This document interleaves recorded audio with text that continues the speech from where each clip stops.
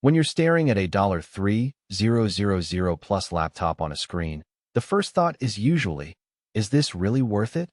I get that hesitation.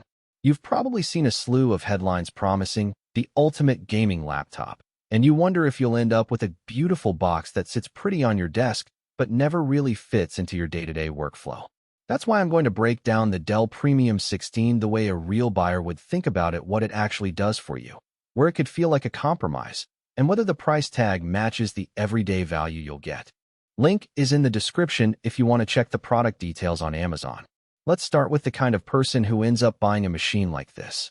If you're a creator designer who runs Photoshop, Premiere, or Blender while also wanting to squeeze in a few hyped sessions of Cyberpunk or Elden Ring, the Premium 16 is built for that dual identity. It's also a solid pick for a professional who needs a portable workstation that can handle large data sets, compile code, and run virtual machines without dropping a beat.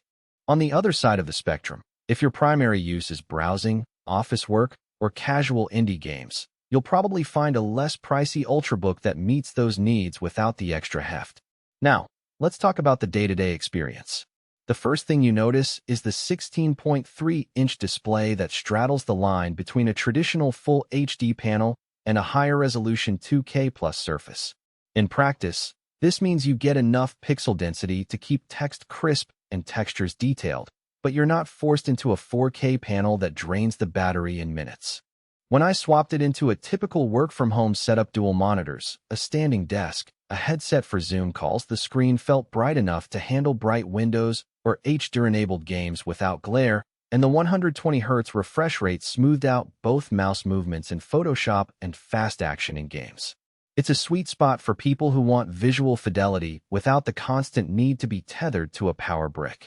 Speaking of power, the laptop packs Intel's Core Ultra 9 285H, a 16-core beast that, on paper, sounds like it could run anything. In real usage, the CPU's performance shines when you're multitasking. I could have a 4-track video render running in Premiere, a couple of Chrome tabs streaming tutorials, and a game paused in the background, and the system never stuttered. The 32 gigabytes of RAM also means you can keep large files open, think layered Photoshop files with dozens of smart objects without the dreaded out-of-memory warnings. For gamers, the NVIDIA RTX 5060 with 8 gigabytes of VRAM offers solid 1080p performance. I was consistently hitting 7,080 frames per second in titles like Assassin's Creed Valhalla with medium-high settings, and even the newer titles didn't dip below a playable threshold. One of the hidden trade-offs shows up when you start thinking about portability.